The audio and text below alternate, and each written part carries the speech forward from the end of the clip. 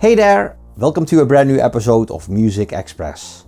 My name is Twan and in this week's vlog you will see my interview with Clifton Reumel aka T.O.F about his classic Funk It Up. But before we start with the interview, please make sure to subscribe to my channel and very important, also make sure to click the bell button because then you will get a notification the next time a new vlog is online. Alright, here it is, the story behind Funk It Up by T.O.F, my interview with Clifton Reumel. Enjoy! T.O.F is an alias from Dutchman Clifton Reumel. Back in the year 1994, his track Funk It Up came out, which was the very first ever release of T.O.F. It was also the first track that came out on X-Ray Records, the label of none other than Slijngaard from Too Unlimited. In March 1995, Funk It Up made it to the number 5 position of the Dutch Top 40 chart. And also in lots of other countries, Funk It Up made it into the charts. For this week's vlog I sat down with Clifton to ask him about the story behind Funk It Up and more. My first question to him was around what age he did start to listen to music. When I was a little boy, I was a baby. My dad played music a lot when we were little. And I was little. I was just a little boy. Yeah. I don't know, maybe let's say 4 or 5 years old. And do you remember some of the artists or bands that you did listen to back then? Oh yeah, it was soul, like Marvin Gaye, some Suriname music. Yeah, I was little, but the biggest one was Marvin Gaye. Yeah, yeah. Like the Motown sound. Motown sound, yeah. And later on it was Michael Jackson and Jackson 5, and, you know. So was it your dream already back then to do something in music? No, not then. I was too little, but I like music. Yeah, I'm from Suriname. My parents are from Suriname, and when you grow up with music. Yeah, there's always music. Always music, yeah. So. Food and music. Food and music, yeah. So yeah, for this vlog we're going to talk about the track Funk It Up, a track you did back in the year 1994 under the artist name T.O.F. First things first, how did you come up with the artist name? T.O.F.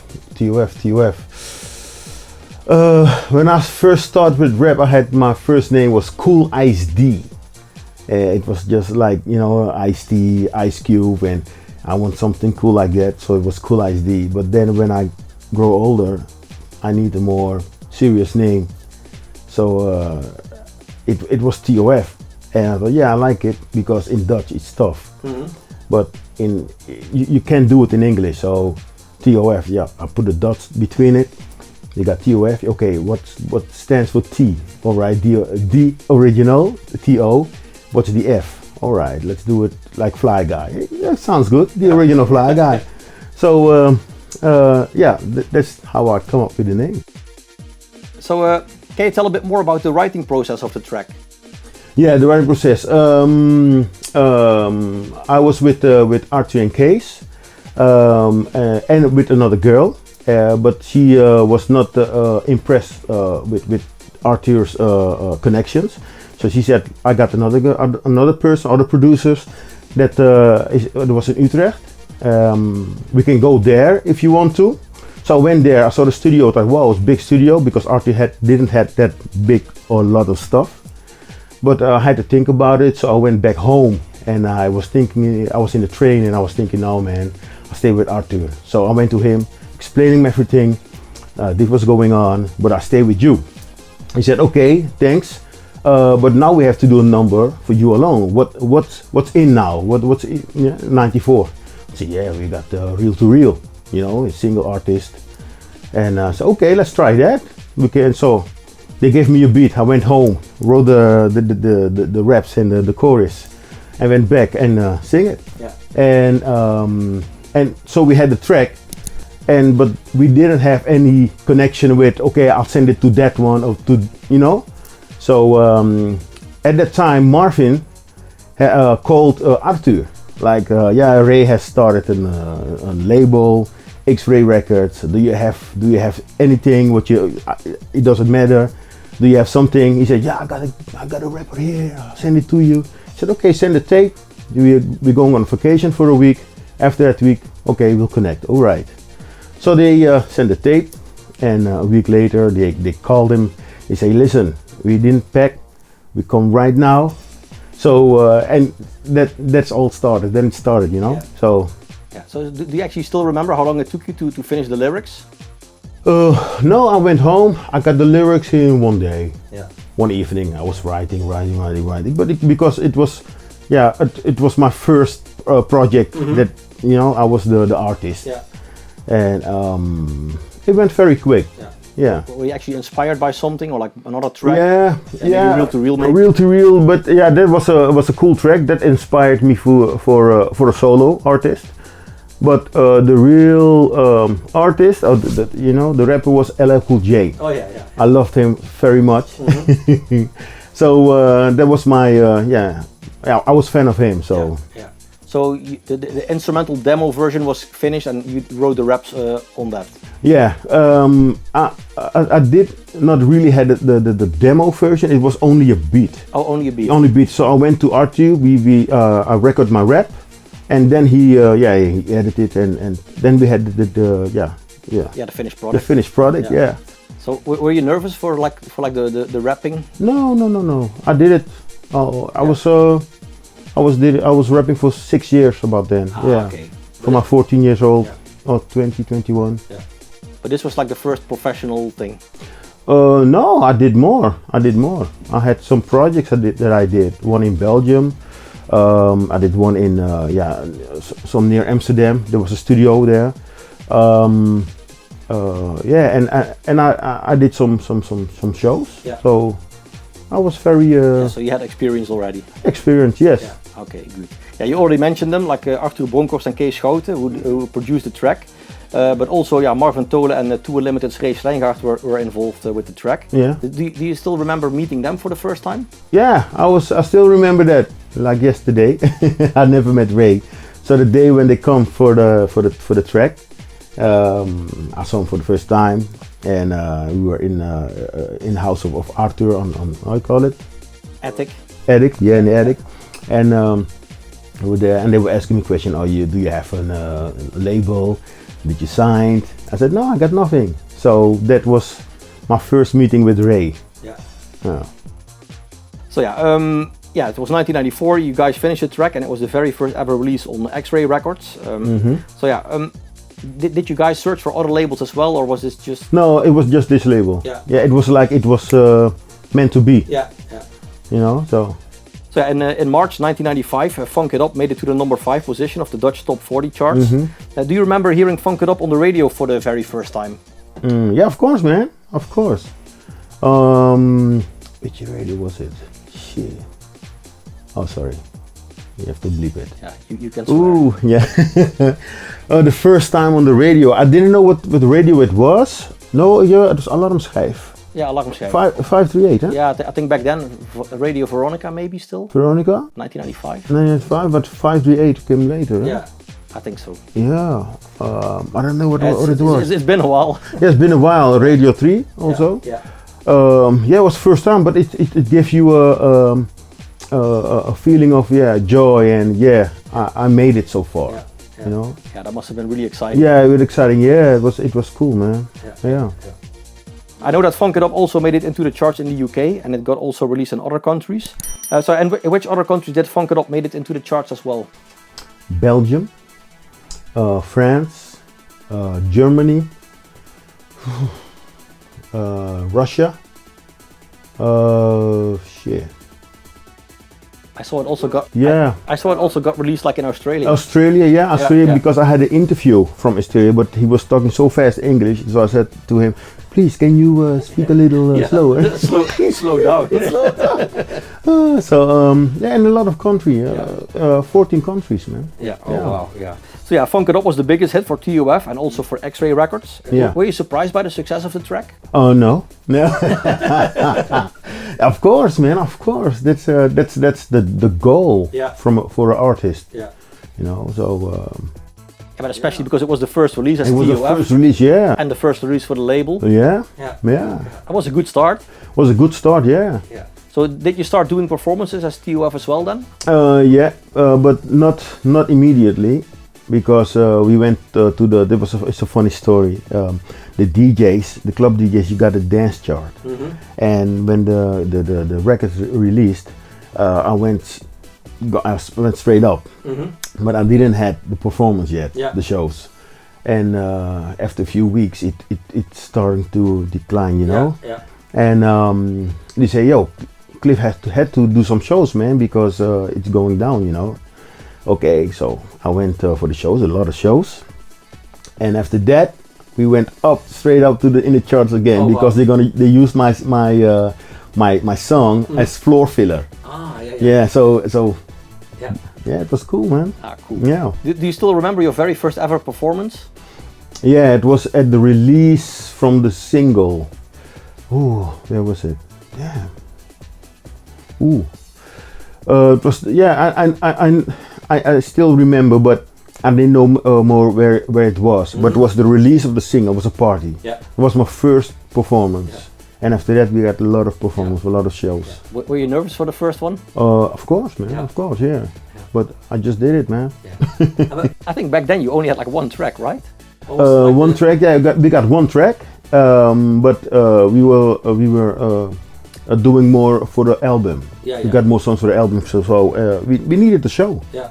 So then we had to work for the show, a lot of songs, and we got a lot. When we got 6 numbers, we went to do more, you know. Yeah. But for then, 6 numbers was good for the show, so we had to do some work, you know. So what is the funniest or weirdest thing that had ever happened during a show? Oh, I felt, man, I slipped. I remember that. It was Escape. Yeah, Escape. It was from 538, a showcase. Yeah. You know the showcase? Yeah, from 90s. I had a showcase, and before my performance was DC Wood. It was also from X-Ray Records, and he had dancers, but they had latex. How you call it? Yeah, like the outfits. Outfits, yeah, from latex. But one dancer had it ripped. It ripped off, yeah, because by her leg and all sweaty, because it was latex, you know, they sweat. So okay, and then it was my turn, but they had to clean the stage, the floor, yeah. So I went up, and it went in slow motion. I saw what's happening, and I saw the lights, like, hey? And I saw the ceiling, that this isn't good. And then buff, and I heard all the crowd. So I stand up, and I just did my show. Yeah. I did my show. Yeah, like nothing happened. Show has to go on. Yeah, that's true. Yeah, the show must go on. Yeah. Yeah. Speaking of performing, after a long break, you are back, and you're going to be on stage again to perform as T.O.F. Yeah. So what have you been up to since you stopped performing as T.O.F? Ooh, I did a lot. I was married, got 4 kids. I did my thing. I had my little studio at home, made some music, just doing the normal stuff in life, you know. Yeah. Because it was in a time when it's very busy and hectic. Then you have to choose for yourself to to take the rust. How you call it? To calm down. To calm down and do your thing. That's what I did. So. Yeah. It's 25 years, but it's been a while. Yeah, but I'm here, man. Yeah. So who came up with the idea for you to get back on stage? It was Ray. It was on Messenger. I saw him and said, you know what? Let me contact him. So I sent him a message. How you doing? And he said, I'm gonna call you. Send me your number. I said, okay. I sent him my number. And then a few days later he called me. He said, how are you doing? I'm fine, how are you? He said, I'm very busy. He said, yeah, I'm doing the 90 shows. And every time when I'm doing the show, I hear your number. So I said to him, so, you thinking about me? He said, okay, I'm thinking about you. How you feel to do the shows? I said, oh yeah, man, let's do it, man. Let's do it. Let's do the 90s. Yeah, okay. Just so. Oh, good. So do you have some bookings lined up already? Now we have the preparation is already done. And they're now working for a tour, and that's all I can say. Yeah, all I can say. So okay, yeah. Because I wanted to ask, like, what can people expect when they will see when they will go to a T.O.F. gig? Now they see an older T.O.F. And but young at heart. Young at heart, yeah. But I'm still the same. Yeah. and party. Yeah. It's party. It's gonna be fun. Yeah. So yeah, if people want to book you, where can they do that? Throwback 90s agency. Yeah. That's a firm that they had to how you call it? Set up. Set up, yeah. And yeah, there they can book me. Yeah. And yeah. So there's a bunch of 90s artists there? Yeah, a bunch of nice artists, reel-to-reels in there. I thought I saw Mr. President. I think Hathaway. Hathaway. Dr. Alban, I think. Dr. Alban, yeah, I think so. Yeah. It was very quick. Yeah. Yeah. So. Cool. So yeah, what is your favorite memory when it comes to the release of Funk It Up? Favorite memory. I don't know, man. Got a lot. Favorite memory. Okay, one of the favorite memories. One of the favorite memories was more the meeting with Ray. That was my favorite memory. Yeah. That I could contact him, you know, because he's a superstar. Yeah, he's a busy guy. He's a busy guy, yeah. So and yeah, that's my favorite memory that I met him. Yeah. So yeah, after Funk It Up, you did release some other tracks such as Feel This Groove, Jump Around, and together with Herbie you did Doing It Again. Yeah. But can we expect some new music from you as well? For now, it's just the 90s, but I wrote a lot of songs. I got an whole album, double album. So when we get more in the future, when the time is right. When the time is right, I can maybe I will but release some. And is it still a bit like the same kind of style of? No, it's more mature. Yeah. It's okay. Yeah. It's different. Okay. I'm curious. Okay, I know. Yeah. I'm just thinking. Did you ever do a track with Ray, like you both rapping? Yeah, on the album we had a track, and he's also on the track, and Marvin is on the track, but it was on the album. But for now, maybe in the future. Yeah. If he sees this, like, hey Ray, do a track, man. Yeah. So is there still something on your bucket list, music-wise? Yeah, world tour. Yeah. That's what I want to do. Goals. Goals. You know, and just doing shows. Yeah. Good. So yeah, what kind of music do you listen to in your spare time? Kind of music, every kind of music, from Afro to R&B to hip hop, rock music. I listen to everything. Yeah. If it's good, huh? If it's good, only good music. Only good music. And the last question: pineapple on pizza, yes or no? Pineapple. Yeah, pineapple. Pineapple on pizza. Oh, pineapple on pizza. Oh, you got a pizza Hawaii. Yeah, pizza Hawaii. Pineapple on pizza. It's okay. Yeah? I eat it too. Okay, good. Yeah. Well, thanks a lot for your time and good luck with everything. Yeah, thank you. It was fun. Alright, that was it. This week's vlog, the story behind Funk It Up by T.O.F, my interview with Clifton Reumel. Clifton, thank you very much for your time. Much appreciated. Thank you for watching. I hope you enjoyed the vlog. If you did, make sure to give this video a like, leave a comment in the comment section below, and very important, make sure to subscribe. Also make sure to click the bell button, because then you will get a notification the next time a new vlog is online. Once again, thanks for watching, and until next time, bye bye.